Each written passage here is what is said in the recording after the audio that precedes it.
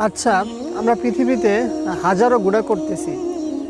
আমরা কি জানি যে কোন গুনাহ সবথেকে বড় বা কোন গুনাহ আল্লাহ তাআলা মাফ করেন না?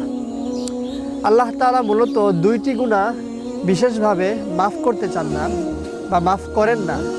এক নাম্বার হলো শিরক, দুই নাম্বার মানুষের হক নষ্ট করা। অর্থাৎ শিরক হলো আল্লাহ তাআলার সঙ্গে কাউকে শরিক করা এবং মানুষের হক নষ্ট করা। এটা হলো যে যেমন আপনার পরিবারের 2-3 জন সদস্য রয়েছে, তাদের প্রতি যে হকগুলো থাকে সে হকগুলো ঠিকভাবে আদায় করা। যদি আপনি মানুষের হক নষ্ট করে থাকেন তাহলে আপনার তার থেকেই মাফ নিতে হবে বা ক্ষমা চেয়ে নিতে হবে। আল্লাহ তাআলা কিয়ামতের দিন এই গুনাহটা ক্ষমা করবেন না যতক্ষণ না আপনি তার থেকে ক্ষমা না চান। কিন্তু বর্তমানে দেখা যায় যে আমরা মানুষের হক নষ্ট করেই চলছি।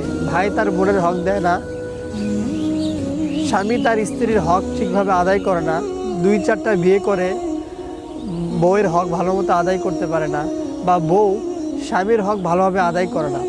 এবং বর্তমানে শিরক এটা বেড়েই চলছে। আমরা মুসলিম হয়েও আমরা মানুষের দাসত্ব করতেছি, এটা একটা শিরক। আল্লাহ তাআলা বলেছেন যে লা ইলাহা ইল্লাল্লাহ, কালেমার অর্থ কি? এটা হলো যে কোনো দাসত্ব চলবে না, কোনো রাজত্ব চলবে না, কোনো হুকুম ব্যবস্থা চলবে না একমাত্র আল্লাহ ছাড়া।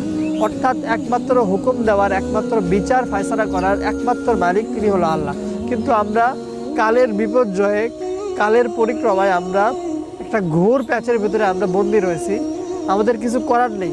যেমন গলায় কাটা বেঁধে গেলে যেমন গিলাও যায় না বা বের করাও যায় না, এই গণতন্ত্র নামক বিষয়টা আমাদের সামনে এমনই হয়ে গেছে। চাইলেও পারতেছে না তাকে একদম উৎখাত করতে, চাইলেও পারতেছে না তাকে একবারে মেনে নিতে। সুতরাং আল্লাহ তাআলা আমাদেরকে বোঝার তৌফিক দান করুন। আর